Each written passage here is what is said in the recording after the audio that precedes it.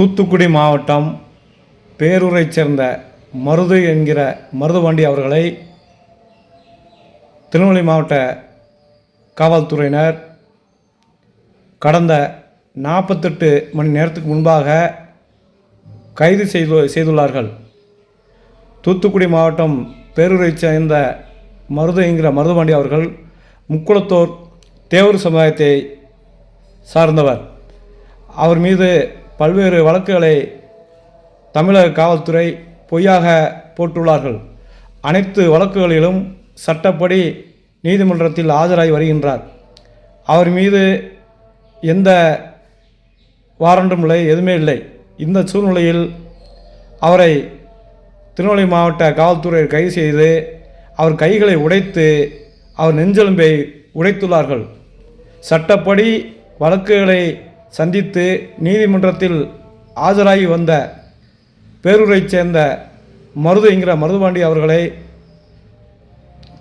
திருநெல்வேலி மாவட்ட காவல்துறையினர் கொடூரமாக தாக்கி மாபெரும் மனித உரிமை மீறலில் ஈடுபட்டுள்ளார்கள்.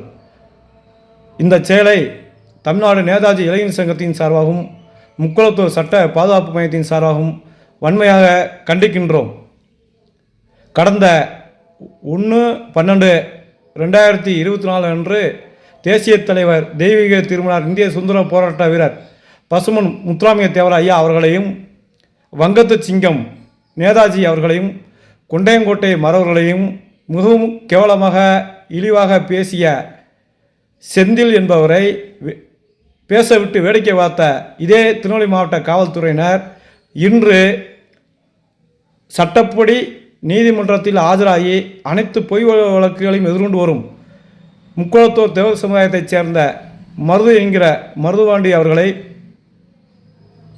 கைது செய்து சட்டத்துக்கு புறம்பாக அடைத்து வைத்திருந்து மனித உரிமை தாக்குதல் ஈடுபட்டு அவரை கொடுமைப்படுத்தியுள்ளார்கள்.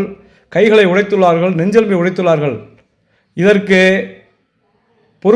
பொறுப்பான அனைத்து காவல்துறை மீதும் உடனடியாக வழக்கு பதிவு செய்ய வேண்டும். அதேபோல் தமிழக முதல்வர் அவர்களுக்கு நாங்கள் வைக்கும் கோரிக்கை என்னவென்றால், முக்குளத்தூர் தேவர் சமுதாயத்தின் மீது பொய்யான வழக்குகளை போட வேண்டாம் என்றும் இதுபோல் மனித உரிமை தாக்குதல் ஈடுபட வேண்டாம் என்றும் நாங்கள் வேண்டி கேட்டுக்கொள்கின்றோம். இது தொடரும் என்றால் விரைவில் சென்னை தலைமைச் செயலகத்தையும் மாண்புமிகு முத்துவேல் கருணாநிதி ஸ்டாலின் அவருடைய இல்லத்தையும் அனைத்து முக்குளத்தூர் தேவர் சமுதாயத்தைச் சேர்ந்த அமைப்புகளையும் திரட்டி தென் மாவட்டத்திலிருந்து நாங்கள் உங்கள் வீட்டை அணிதிரண்டு வந்து உங்கள் வீட்டை முற்றுகையிடுவோம் என்று கடுமையாக எங்களுடைய கண்டனங்களை தெரிவித்துக் கொள்கின்றோம். தமிழக காவல்துறை ஒருதலைபட்சமாக செயல்படுகின்றது. முக்குளத்தூர் தேவர் சமுதாயத்தைச் சேர்ந்தவர்கள் இழிவாக பேசுபவர்களை வேடிக்கை பார்க்கின்றது.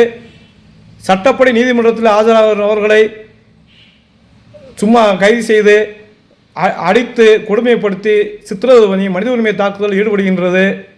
முக்குளத்தூர் சமுதாயம் நாதியற்ற சமுதாயமாகிவிட்டது என்று அனைத்து மக்களும் பேச தொடங்கிவிட்டார்கள். எடப்பாடி பழனிசாமி சரியில்லை என்றுதான் நாங்கள் முத்துவேல் கருணாநிதி ஸ்டாலின் அவர்களுக்கு ஓட்டு போட்டு அரியணையில் உட்கார வைத்தோம்.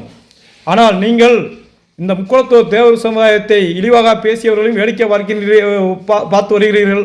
அதேபோல் சட்டப்படி நீதிமன்றத்தில் ஆஜராகும் நபர்களை, எந்த வழக்குகளிலும் சம்பந்தமில்லாத நபர்களை, தெரிந்து வாழும் நபர்களை கைது செய்து அவர்களை மிகவும் கொடூரமான தாக்குதலில் ஈடுபட்டு வருகிறீர்கள். இதனை நாங்கள் வன்மையாக கண்டிக்கின்றோம்.